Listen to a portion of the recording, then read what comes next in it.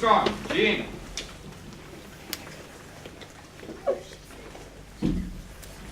Female, 15. Apprehended in process of burglary of a habitation. Complaint pending, assault, probation violation. Proved 2 prior convictions. Parent notification attempt unsuccessful.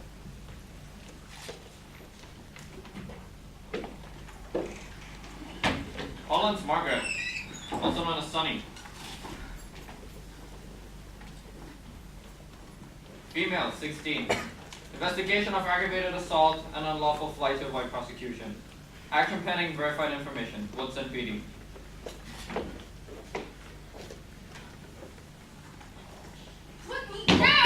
Anderson Jeffrey, also known as Skip. Female, 16. Driving under the influence, second offense. Driving without a license, resisting arrest. Probation violation. Parent notification attempt unsuccessful.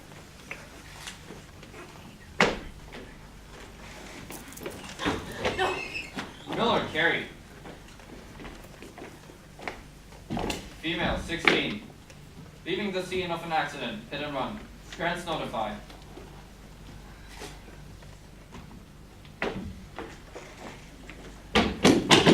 Marler Andrew. Male, 15. Communicating gambling information, specifically delivery of bookmarking and number receipts. 5 previous arrests, varying charges. All dismissed on basis of incompetency. Remanded to Department of Human Resources 5 times. Guardian notified. Don't touch me. Vallow Ann Elizabeth. Female, 14. Theft over 20 and under $200, specifically shoplifting. Parents notified.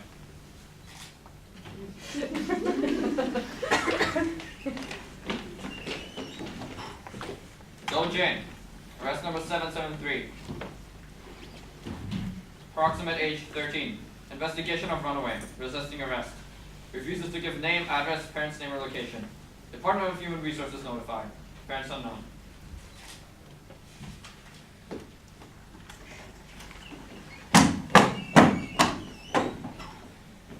Jones, Philly. Male, 15. Investigation of arson. 3rd offense. Probation violation.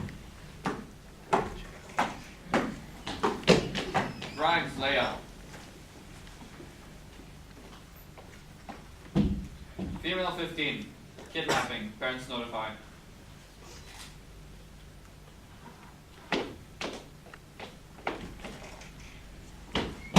Turner, June. Female, 16.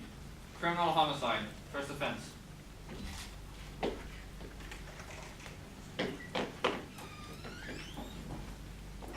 Simpson, Charlotte. Pinky! Also known as Pinky.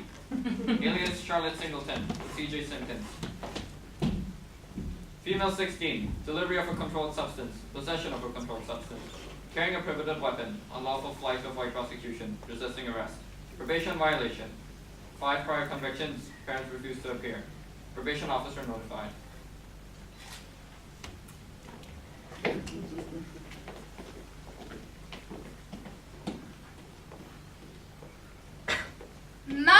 My, is this Saturday night or what? Where are the regulars? Here's a familiar face. Andy the Veg! Don't you call me that! Why don't you want me to call you Andy the Veg? Don't. I know you. Don't you call me that. What should I call you? Why do you call me that? What's 2 and 2? 4. 4 and 4? 8. 8 and 8? Why do you call me that? So what are you in for, Andy the Veg? White collar crime? Counter spy intelligence ring? What, Andy the Veg? Don't you call me that. I don't know why they got me. All I know is that I gotta get out. I gotta deliver the bags. Plastic bags? No, round bags with papers in them. If I don't deliver them, I'll get fired. I can't get fired. I have a hard time finding jobs. No. I've gotta buy presents. I can't get fired. Maybe you could get a job in the salad, Andy the Veg. Don't you call me that. Back off from him. It's it to you. Bad enough. So who are you? Blondie the Veg? Jean, and I like being left alone. I bet that's how the guys spend their weekends. You've got a mouth that needs shutting. Come zip it, sister. Knock it off in there! What? The square dancing? We'll settle this later. When you get out, bring your Medicare card. Aw, that's too bad. Let me get to see a cat fight. Do you want to see a cat fight, bitch? Don't you call me that! See what you did! Oh, can you forgive me? Don't like that name. Why can't everyone just leave him alone? Yes, leave him alone. Our mother is getting younger these days. Do you want a rock in the sleeve? I'll find a rock for you. What have you got to be so mighty about, huh? I shouldn't even be in here. So I was a little drunk. So I've got balloon breath. So what? Booze rots my guts, they're mine to rot. I'm for that. Anyway, I'm not the menace on the streets. Do you know who is? Old people! So I was out on the interstate. Monday, rush hour, bumper to bumper. But we moving okay. 60, 65. Then it's like somebody put up a wall. Two old geezers poking along the center right lane, maybe 50 miles an hour. Happy hour was sliding away, man. And I was sitting in there practically parked. The left lane was full of people going 90. So this long clear show's coming up on the right. Swept it onto the shoulder. Two wheels on the grass, two on the pavement, and they opened her up. Hey, man!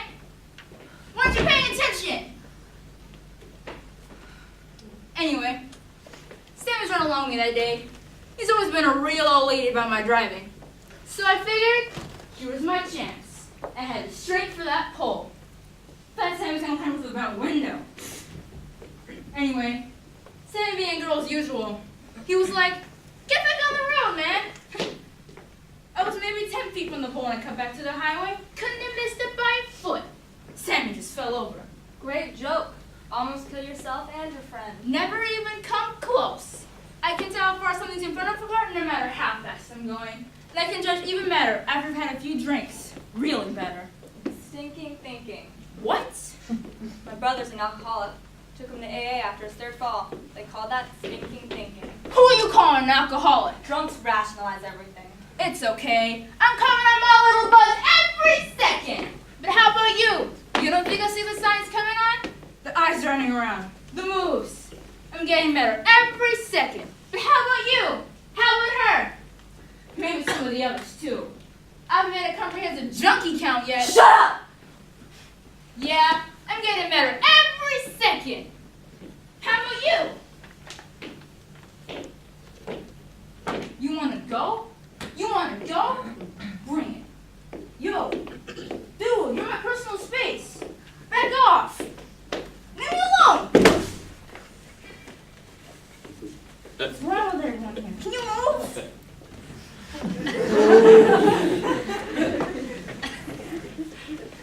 I wouldn't need much. A place with trees and beaches and warm weather all year long, and children to play among it all. They could run on the sand and chase each other in the surf, like dolphins. I wouldn't need much. Just a quiet place near the beach so I could watch the children. And if one got too far into the surf, I could swim out and get him back.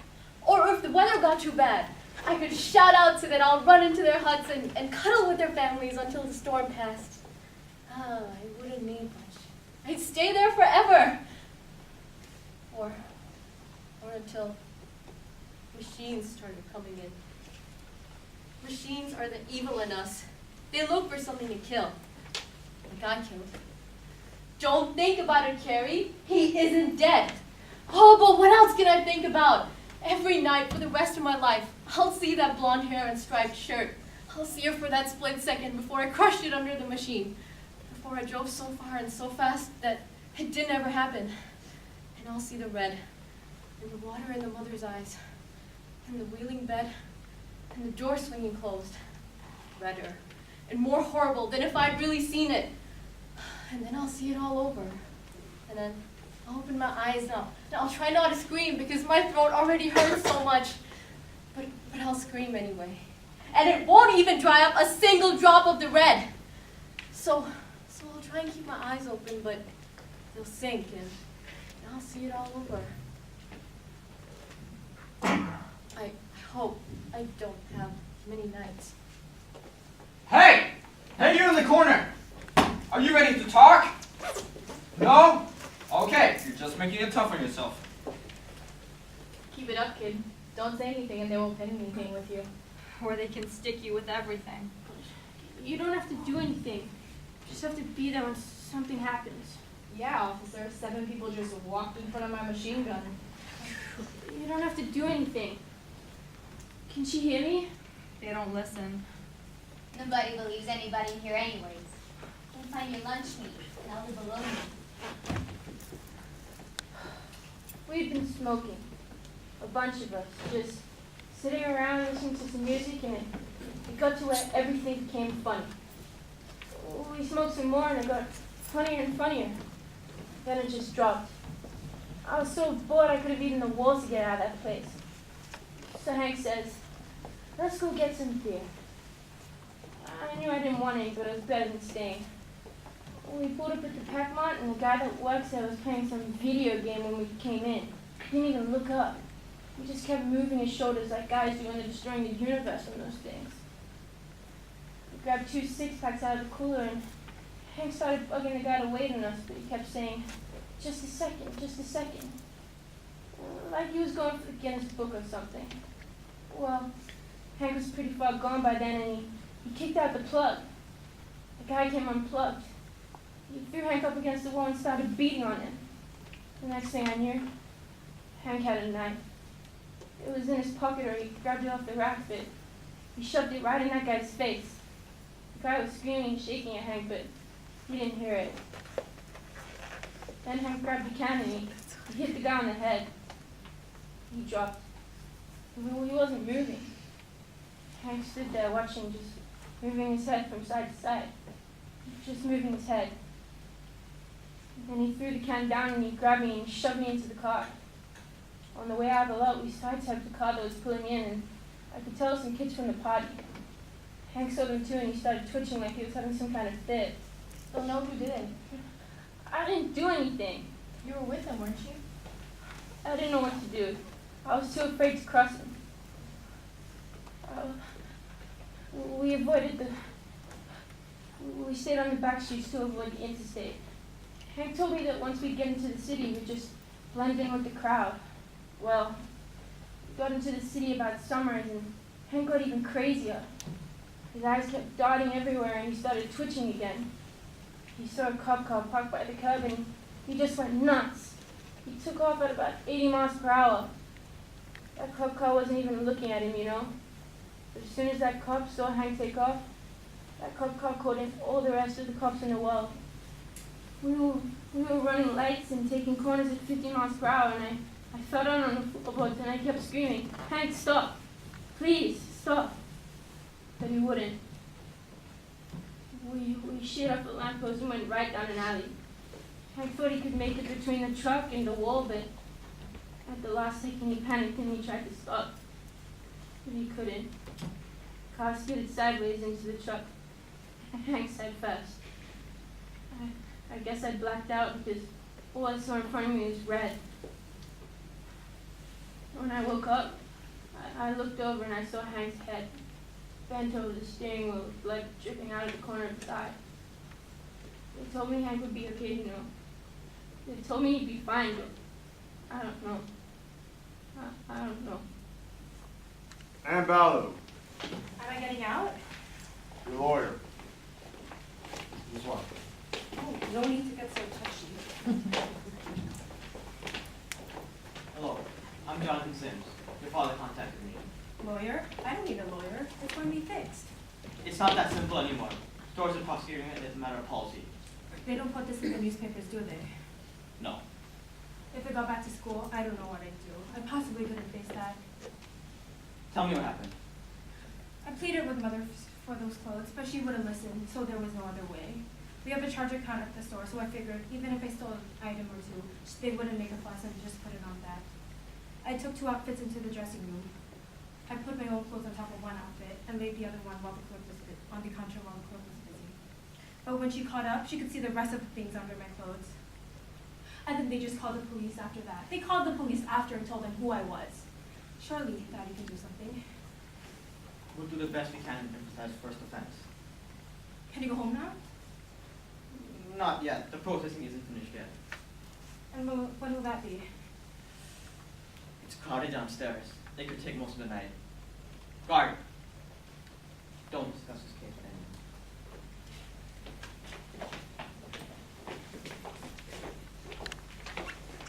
anyone. So you're hoping for the chair?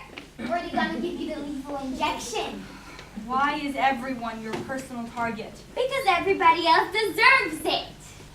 Look around here. Juvenile detention. Aren't you all the pick of the crop, though? And you're not locked up? Junior, inside, like outside, there's an order to things. You have your higher forms. Things eating and crawling through the dirt. You are scum. Former scum. Scum. Hey, you, in the corner. You ready to talk yet? Okay. Streets are full of earth eaters. They get taken every day. It's everybody else's turn. I've had mine. I was on the receiving end. Scratching for some perforated connection so laced up with powdered sugar, you're more likely to get diabetes than anything else. So I took a look around. I've been down here for 2-bit theft and extortion and burglary, and there was nothing more of the same facing me.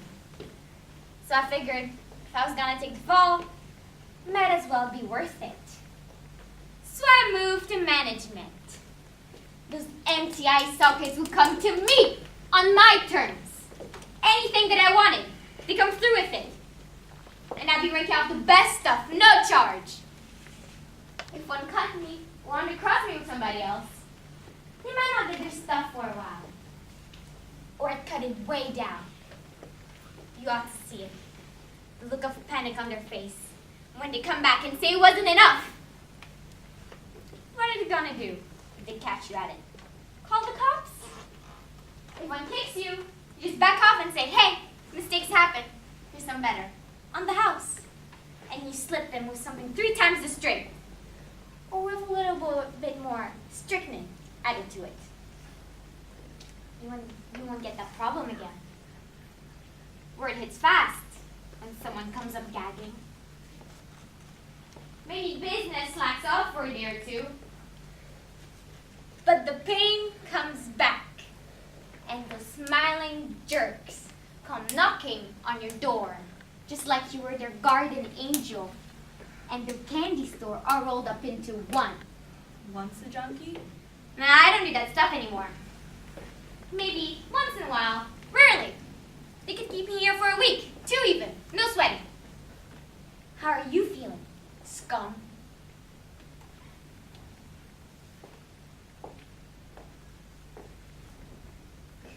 They wanted me to talk.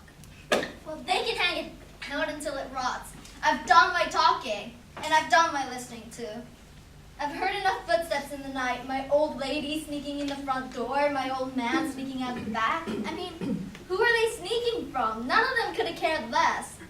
I've heard the bottles and the blows falling. I've heard the screaming and the cursing, and I've heard the knife come out the drawer, and footsteps running into the yard. I've heard the neighbors yelling and sirens pulling up to my house.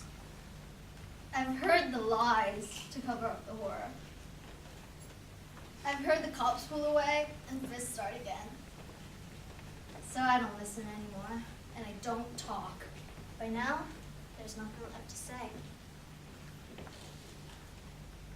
Billy, join me.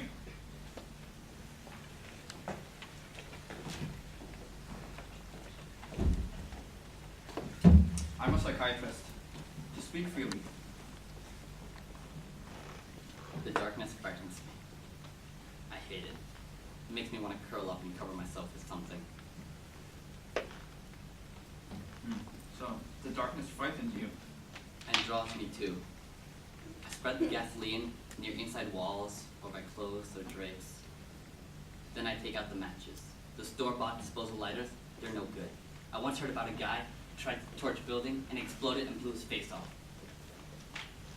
You strike the match, and the darkness starts to disappear. There's a whole flame inside that match. Always watch it, but it's never enough. I toss this match into the gasoline and run. and find some place to hide. I like him to catch slow, so I can watch the first flames leap the side of the building or shoot through a window high into the sky. Every second it gets brighter, like you don't have to fight the darkness anymore. That you can sleep without thinking that somebody's gonna get you. Or something.